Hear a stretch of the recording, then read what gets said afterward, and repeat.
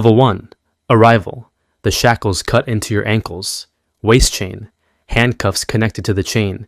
You shuffle forward because running isn't possible. They just read your sentence 3 hours ago. Death by lethal injection. The jury took 4 hours to decide. The intake officer doesn't look at your face. He's processed 200 men like you. Strip. Bend over. Cough.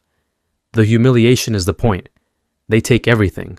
Your clothes, your wallet, the photo of your daughter you kept during trial. You ask if you can keep it. The answer is no. They hand you a different jumpsuit. Different color than general population. The officer explains. Different color means death row. Means everyone who sees you knows what you are. A dead man waiting. They walk you down a corridor that seems to stretch forever. The noise hits you. Yelling. Banging. Someone laughing. Someone crying. The cells are smaller than you imagined. 6 by 9 feet. A bed bolted to the wall. A toilet with no seat. A sink that barely works. This is home now, for however many years you have left. 5, 10, 20. However long the appeals take.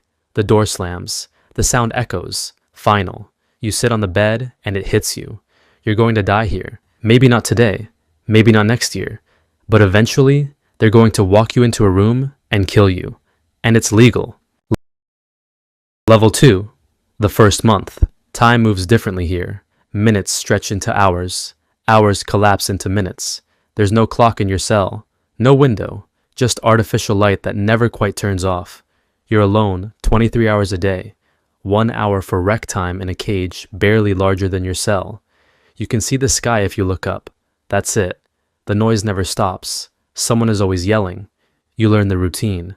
Breakfast at 6. Lunch at 11. Dinner at 4. The food is the same every week. You start to recognize patterns. The guard who walks heavy. The inmate 3 cells down who screams every night at 2 a.m. You try to sleep, but your mind won't stop. You replay the trial. The verdict. Your mother in the gallery. The victim's family. You got a letter from your daughter. She's 7. She drew you a picture. You're in it, standing outside. She doesn't understand why you can't come home. Your ex-wife stopped bringing her to visits after sentencing. The appeal process started. Your new lawyer came to visit. He explained the timeline. State appeals, federal appeals, clemency, years of legal arguments. You have time. Probably. Statistics say you'll be here for at least a decade. That should feel like hope. It doesn't. Level 3. Year 1. You know everyone's voice now. Death row has 47 men. You're number 48. The guy next to you has been here 14 years. You can't imagine it. But you're living it. You've developed routines, exercises in the morning, push-ups, sit-ups. You've lost weight. Everyone does. You read everything. Books from the library, legal documents, anything to keep your mind occupied. You think about the victim, what you did, whether you actually did it. Your memories of that night have blurred, but the jury was certain. DNA, witnesses, your own contradictory testimony. You've made friends, sort of. You talk through walls, share books, trade commissary items, but everyone knows the truth. You're all going to die. One of the men got an execution date, 6 months away. You watched them take him to death watch, closer to the chamber. You didn't see him, just heard the chains. 3 days later, they executed him. The guards were quiet that morning. The whole block went silent. Respect or fear? You couldn't tell. That could be you someday.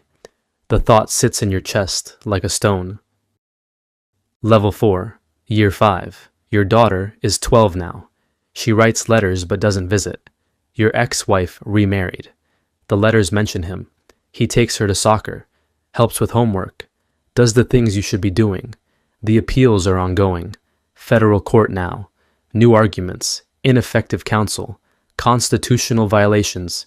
Your lawyer sounds hopeful. You've learned not to feel hope. You've watched men get hopeful, get crushed.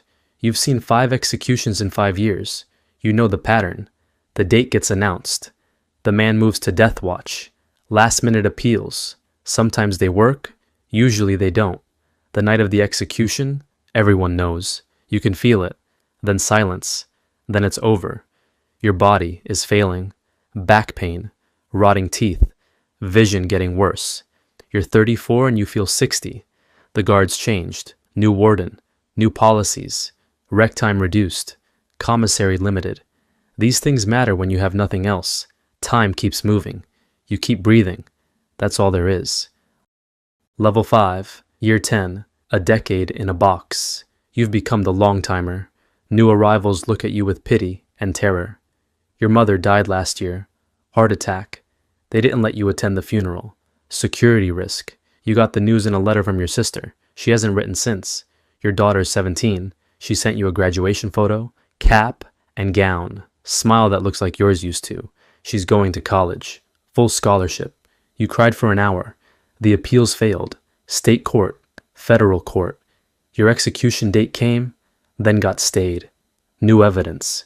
DNA technology improved. They're retesting. Your lawyer says it could prove innocence. You don't let yourself believe it. Hope is poison.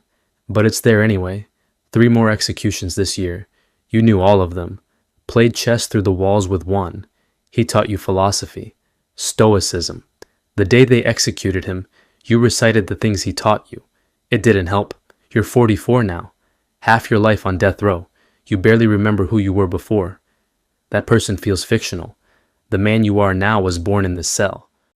Level 6, Year 15. The DNA results came back.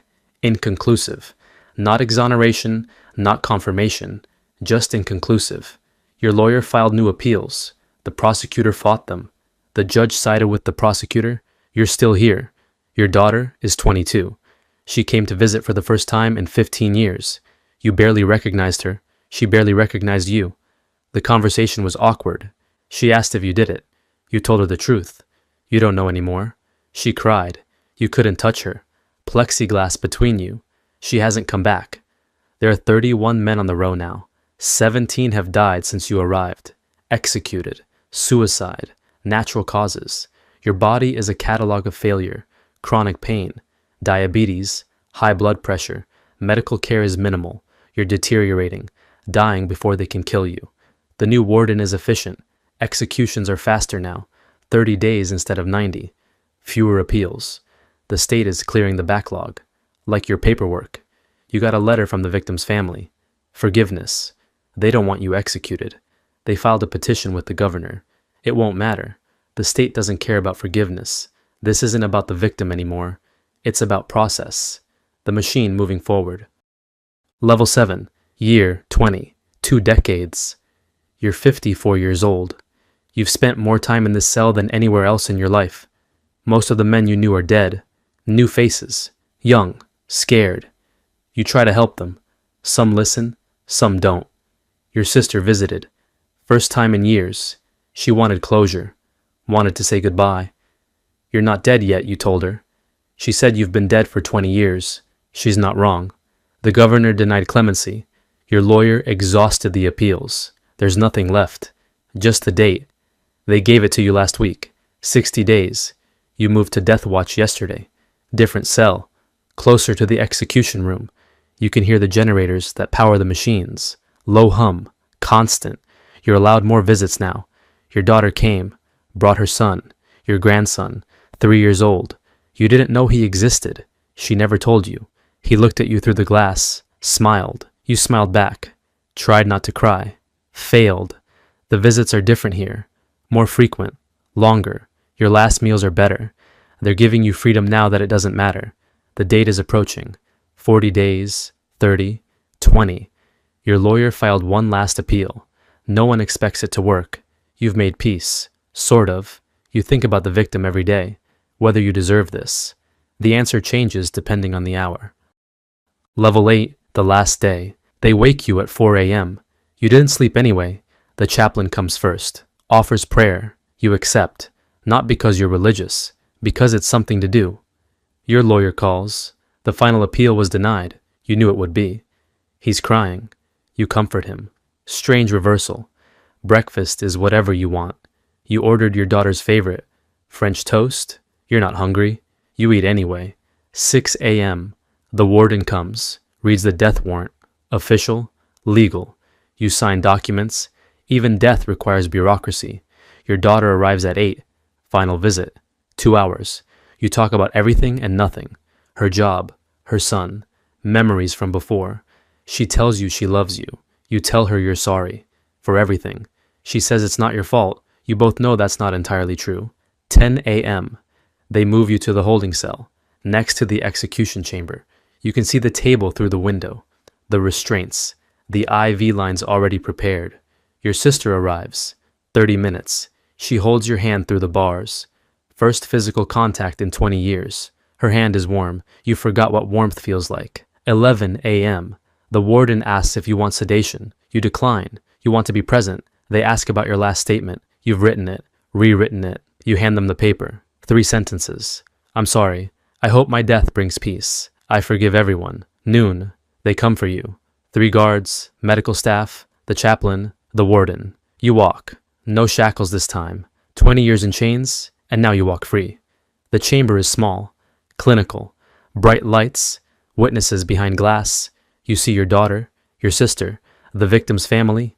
They help you onto the table. Straps across your chest, arms, legs. The needle goes in. Saline first. Cold. The warden asks if you have any last words. You speak your 3 sentences. Your voice doesn't shake. The victim's family is crying. Your daughter is crying. You try to smile at her. The warden gives the signal. The chemicals start. You feel the first one. Sedative. Everything gets heavy. The second stops your breathing. The third stops your heart. You're aware for seconds more. Then nothing. 20 years in a box. It ends.